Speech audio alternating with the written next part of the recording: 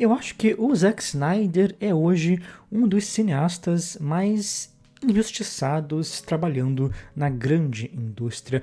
Claro que ele não é nenhum pobre coitado, é um cara que ainda consegue produzir os seus filmes. Ele tem um nome, tem uma marca muito forte, mas dentre os diretores de blockbuster, os diretores da grande indústria, eu acho que ele hoje é injustiçado por parte da crítica e do público. Eu não gosto de todos os filmes do Snyder, mas é um cineasta que propõe histórias originais, que propõe uma estética muito própria e que, pelo menos na minha perspectiva, dialoga com um blockbuster mais clássico e mais ingênuo que está desaparecendo dos dias de hoje. Os filmes dele, nesse ponto, me lembram os filmes do James Cameron ou das irmãs Wachowski, nessa inocência das histórias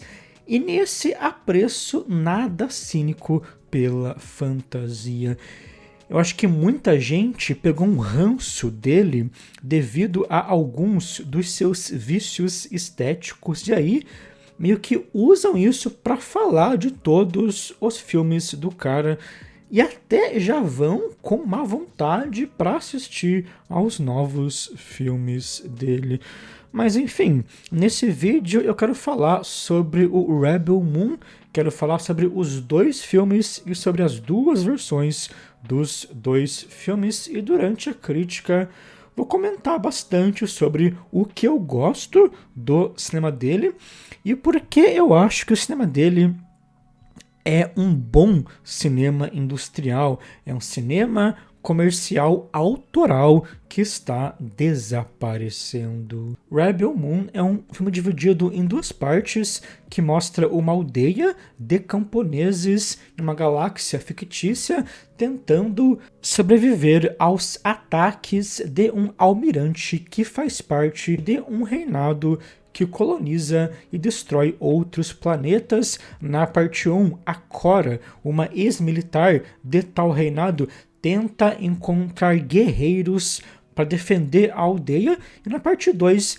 existe ali todo o embate entre os guerreiros, os habitantes da aldeia, contra as forças militares desse almirante. É um plot, né, bastante parecido com os Sete Samurais do Kurosawa, enquanto que o seu formato lembra muito a franquia Star Wars. O Snyder até tentou vender essa ideia para Disney como um Star Wars, mas não conseguiu. Porém, apesar das relações aí mais evidentes com Star Wars, a dinâmica prática do filme propriamente, a dinâmica dramática e até das ações me remete muito mais a um trabalho como o Jupiter Ascending do que ao Star Wars.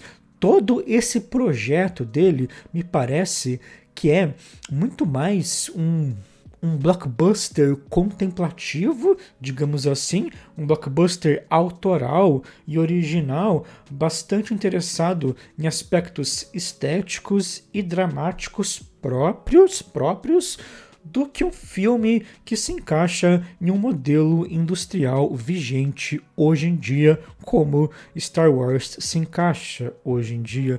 Visualmente falando, ele está interessado em um contexto menos realista e mais exagerado. Tanto a caracterização dos mundos como a abordagem com a câmera, com a fotografia, possuem um lado meio impressionista, possuem interesses plásticos que não são tão comuns. São filmes com luzes difusas, com planos distorcidos. Algumas cenas remetem até a um aspecto meio teatral em como lidam com a relação entre os personagens e os cenários e os fundos.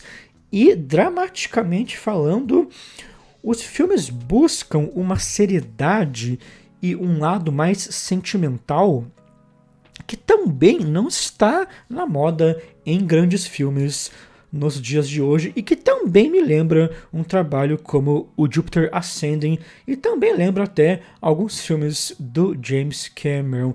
Filmes que não tentam depender de nenhuma ideia de nostalgia ou de uma estrutura mais espertinha, mas tentam, no lugar disso, se focar de modo mais clássico nos dramas dos seus personagens. Eu acho que, apesar dos filmes aqui terem um aspecto aí exibicionista de uma space opera, a dinâmica deles é muito mais de contemplação desse mundo e de criar uma atmosfera a partir de emoções genuínas dos personagens. A dinâmica é muito mais essa do que propor uma obra cheia de estímulos constantes que vai remeter ao que a Disney faz hoje em dia, seja nos filmes de Star Wars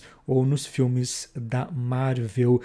Nesse ponto, eu acho que até a ação dos filmes, as cenas de ação, vão para um caminho mais genuíno, porque também assumem uma violência mais agressiva e não apenas uma ideia de violência como mero entretenimento ou uma violência mais contida, como tendem também os projetos da Disney. Então, de modo geral, apesar dos possíveis problemas dos filmes, eu enxergo todo esse projeto dele desse modo. É uma coisa que ele tentou talvez fazer nos filmes da DC, até conseguiu em partes no seu corte do Liga da Justiça, mas não é algo que possui muita demanda nos dias de hoje.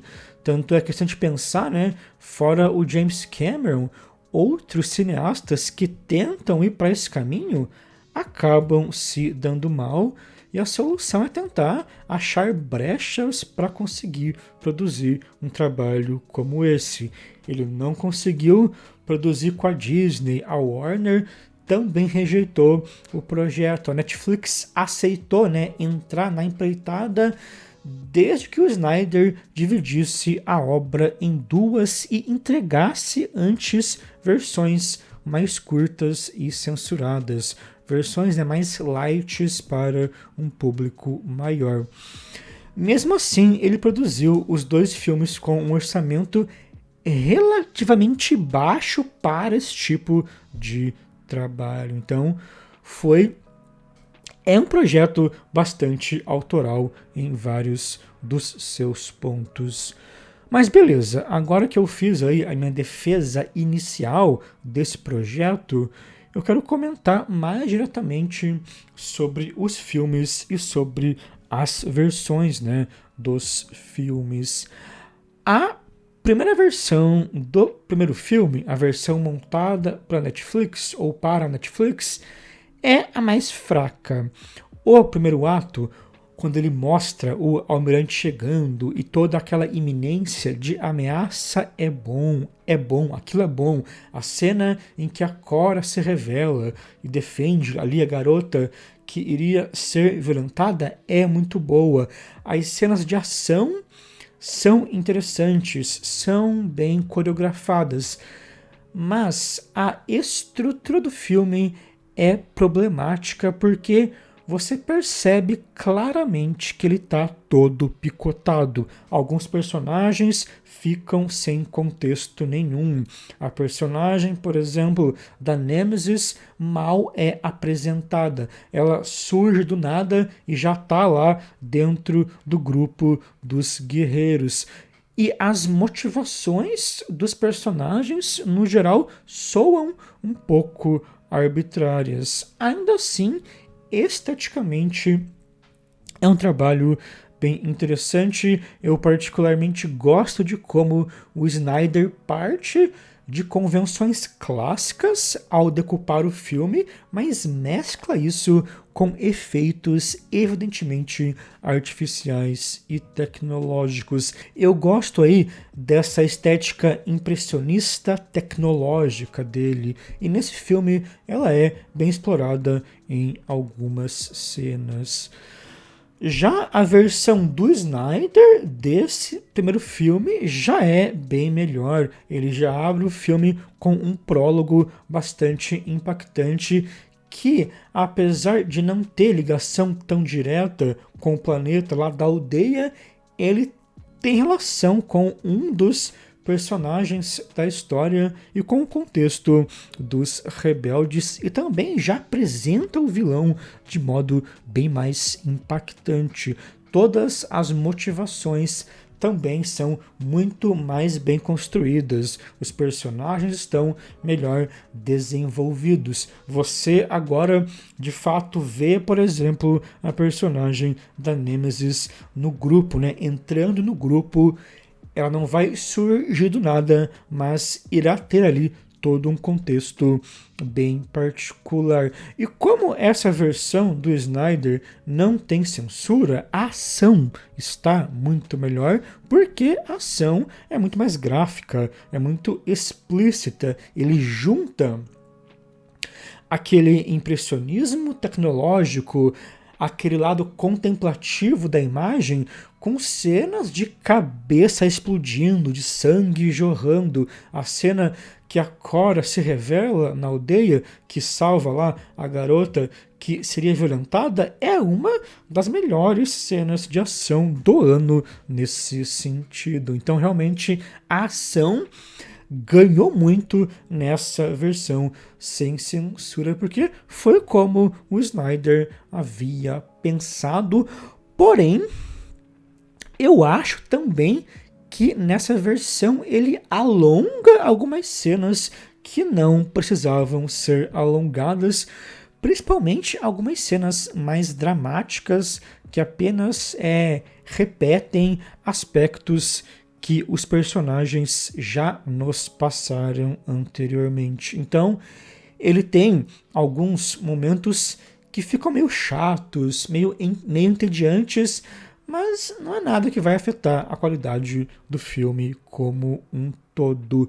Pro corte da Netflix, da parte 1, eu tinha dado 3 estrelas, mas para esse do Snyder, acho que eu daria 3 estrelas e meia.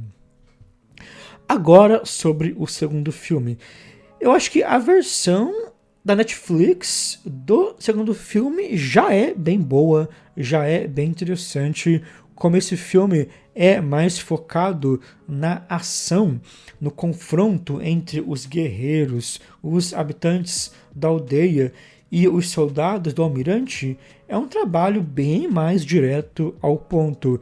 É um filme que se vale muito bem dessa ação pela ação, não se enrola muito nesse ponto, como alguns dos novos filmes do Star Wars se enrolam nos momentos de ação. Nesse ponto, ele me lembra um pouco até aquela trilogia prequel do Star Wars. Me lembra os episódios 1, 2 e 3, que são menos enrolados na ação e que também possuem um senso de escala melhor.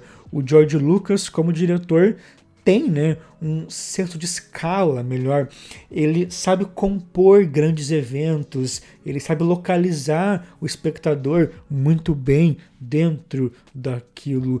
Como esse também é um longa mais prático, o drama entra de modo mais dinâmico e é um drama também mais impactante porque envolve eventos mais extremos, envolve mortes, envolve ali uma entrega maior dos personagens. Tem uma cena muito boa da Nemesis com um garoto da aldeia que vai glorificar um ato heróico e ingênuo do garoto de modo muito sutil. É uma sutileza que me lembra muito o James Cameron. Acho que o Cameron é um dos melhores diretores mais clássicos de blockbuster que lida com ideias de morte e violência a partir de uma visão mais delicada, mais sensível. E, além de tudo isso, é interessante como a fantasia é trabalhada na construção dramática dos personagens. Cada um dos guerreiros terá a sua motivação, mas também terá um apelo fantasioso próprio, um apelo fabular próprio. Cada um veio de um lugar diferente e o modo como o filme usa alguns flashbacks para mostrar isso evidencia bem a riqueza desse imaginário. A fantasia não é só um pano de fundo cool, ela de fato é integrada em uma desolação particular, em traumas particulares de cada um.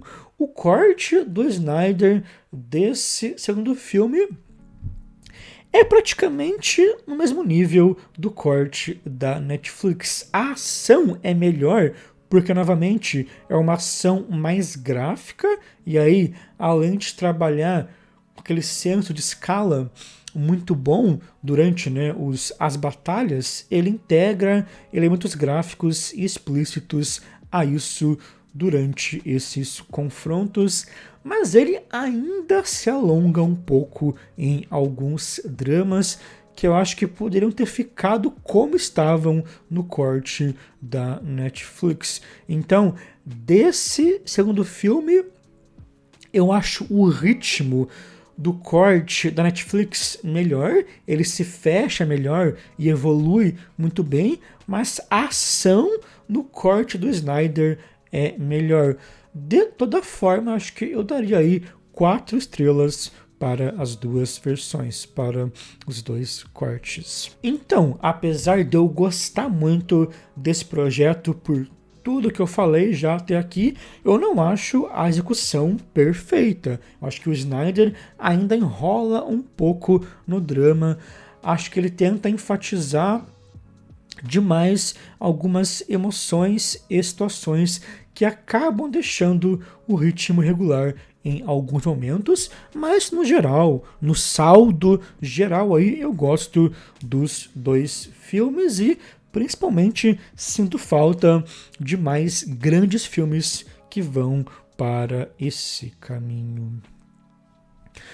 Um dos diferenciais desses filmes é todo, né, o seu conceito fotográfico, é o conceito fotográfico do diretor, é toda essa sua fotografia mais autoral. Eu sei que tem muita gente que não gosta desse aspecto do Snyder, então eu vou tentar comentar de modo um pouco mais específico sobre a minha visão disso e até de modo um pouco mais técnico também. O próprio Snyder fotografou os dois filmes, então existem elementos técnicos bem específicos para toda essa conceitualização estética das obras. Em termos gerais, o que eu mais gosto no conceito estético dos filmes é como o Snyder tem uma decupagem clássica, é como ele vai localizar o espectador na cena a partir de enquadramentos até que bem convencionais.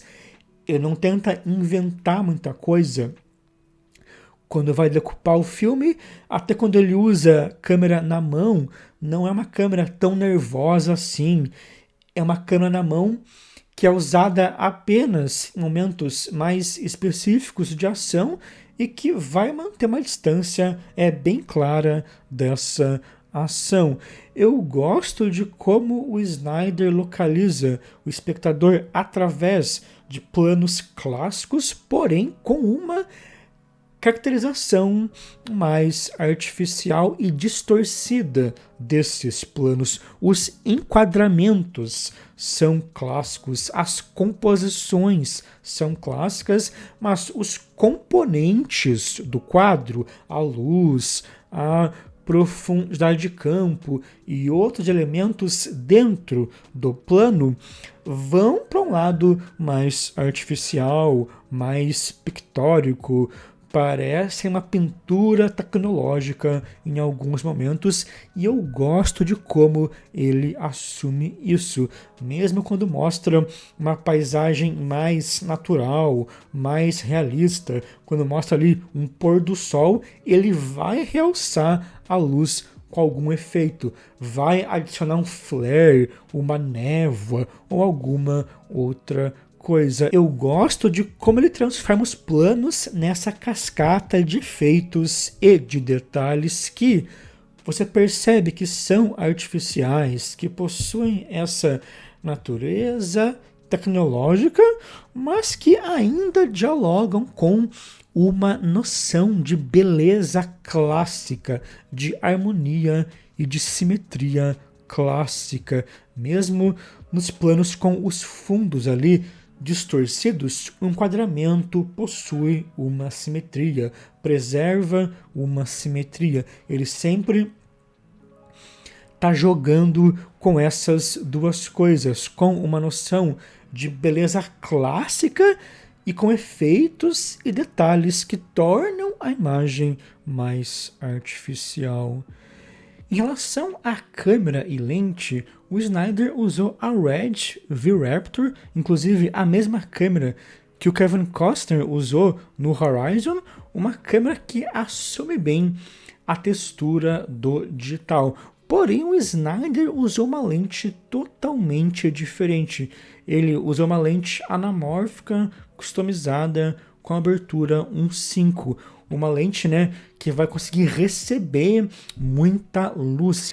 E ele gravou o filme inteiro aparentemente sempre com a abertura máxima. Então, devido a isso, devido ao fato de entrar muita luz pela lente, ele consegue esse desfoque aí mais estilizado, e a própria anamórfica pode ajudar a gerar algumas distorções, alguns flares mais estilizados. É uma lente que também vai deixar, né, as luzes desfocadas mais ovais, já que não é uma lente esférica, o que também contribui para essa estilização.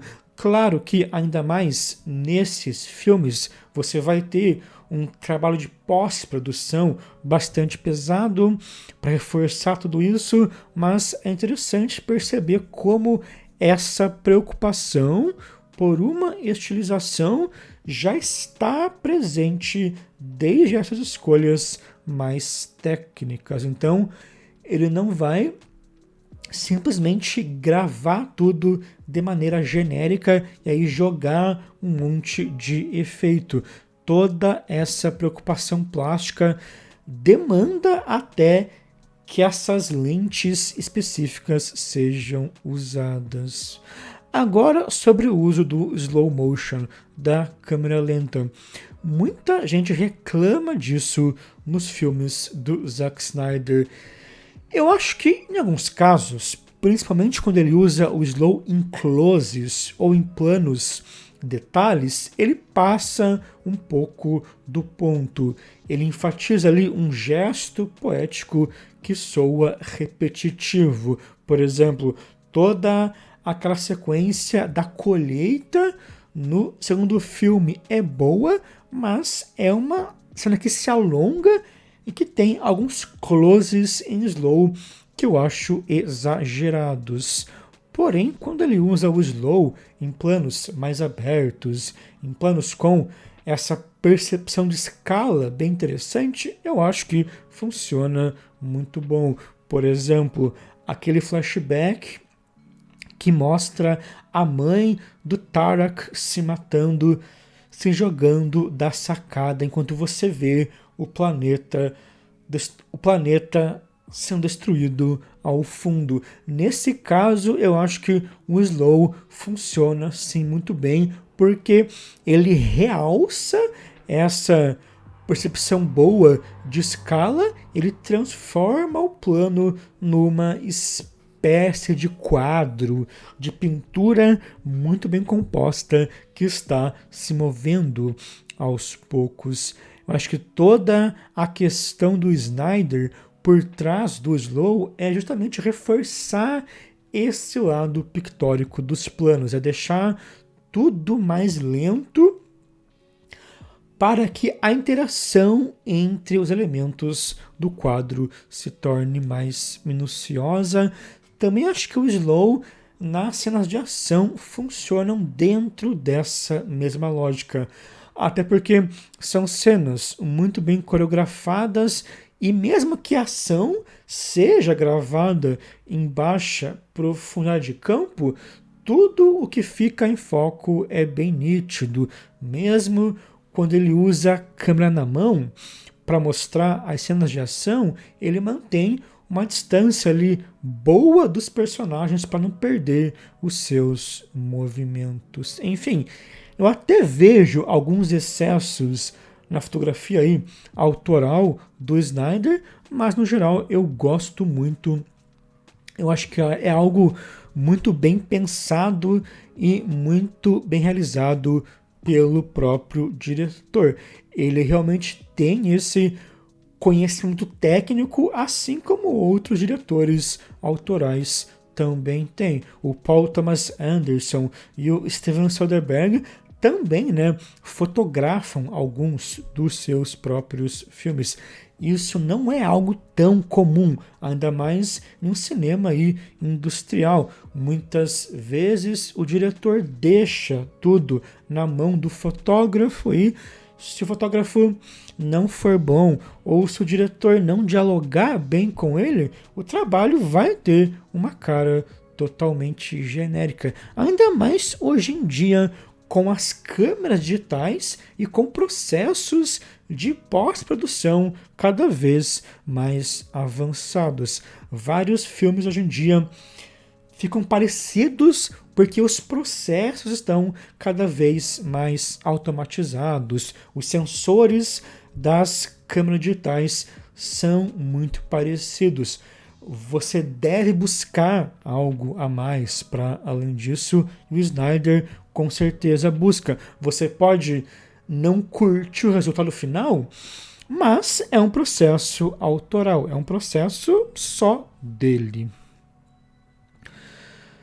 Toda a ideia inicial desse projeto do Snyder é fazer disso não apenas uma franquia no cinema, ele quer fazer outros filmes. O final do segundo filme claramente dá a entender que vai rolar uma continuação. Mas o projeto dele não é só a franquia de filmes, é expandir isso para outras mídias. Já lançaram um romance baseado nas versões do diretor, lançaram um quadrinho baseado nos irmãos Bloodux, nos irmãos lá da Resistência. Existem planos de jogos, de games, de séries baseadas em outros personagens, entre outras coisas. Como a partir dessa premissa inicial rola literalmente toda uma galáxia e toda uma mitologia a ser explorada, a ideia dele era meio que fazer o seu próprio Star Wars, É fazer o seu próprio Star Wars. A grande questão é que esse tom mais clássico e autoral dele, essa abordagem mais inocente, digamos assim, infelizmente não tem tanto apelo nos dias de hoje. E para além disso, rola meio que uma perseguição com as obras dele. Eu acho que mesmo pessoas que poderiam gostar desses filmes, mesmo pessoas que, por exemplo, gostam de um filme como o Jupiter Ascending, possuem uma certa má vontade com o Snyder, pelo que eu percebo. Apesar dessas versões do diretor estarem sendo mais bem recebidas, eu não sei até que ponto ele vai conseguir produzir os próximos filmes. Ele confirmou já, um terceiro filme, mas até onde eu sei, a Netflix não confirmou nada, O outro projeto do Snyder na Netflix, o Army of the Dead, também estaria passando por problemas. Alguns dizem que foi já cancelado, ainda que a própria Netflix não tenha confirmado isso de modo objetivo. Mas enfim, não que o Snyder seja um pobre coitado que não consegue fazer filmes, mas hoje em dia você tem sim diretores autorais que trabalham na indústria que encontram cada vez mais certas dificuldades em produzir e em exibir os seus filmes. O Scorsese também tem esse problema com os estúdios, também encontrou nos streamings uma possibilidade. O Kevin Costner aí provavelmente vai à falência com essa sua série de filmes de western. O Shyamalan financia os próprios filmes e depois faz acordos de distribuição. É uma pena, né? Que os estúdios se focam hoje em dia em filmes que já possuem uma certa validação, como filmes de herói ou adaptações que já possuem fãs e não queiram mais se arriscar. O que também é um pouco de culpa, né, de um público mimado que só aceita também certas fórmulas. Mas enfim, recomendo muito esses 2 filmes do Zack Snyder e espero que ele dê continuidade a tudo isso. Acho que faltam mais projetos autorais nesse cinema industrial, nesse cinema de grande porte. Mesmo que você não seja muito fã dele, tente dar uma chance a esses filmes. Mas é isso. Se você já viu os filmes, comente aqui embaixo, me diga o que você achou, me diga quais versões você preferiu. Eu até conheço alguns fãs de Snyder que preferiram a versão da Netflix, então não são todos, acho, que vão gostar da versão do próprio Zack Snyder. Me diga se você acha que o Snyder é um cineasta injustiçado ou não. Curtam esse vídeo, se inscrevam no canal, é importante que todos se inscrevam, é importante que o canal cresça para eu continuar postando e até a próxima.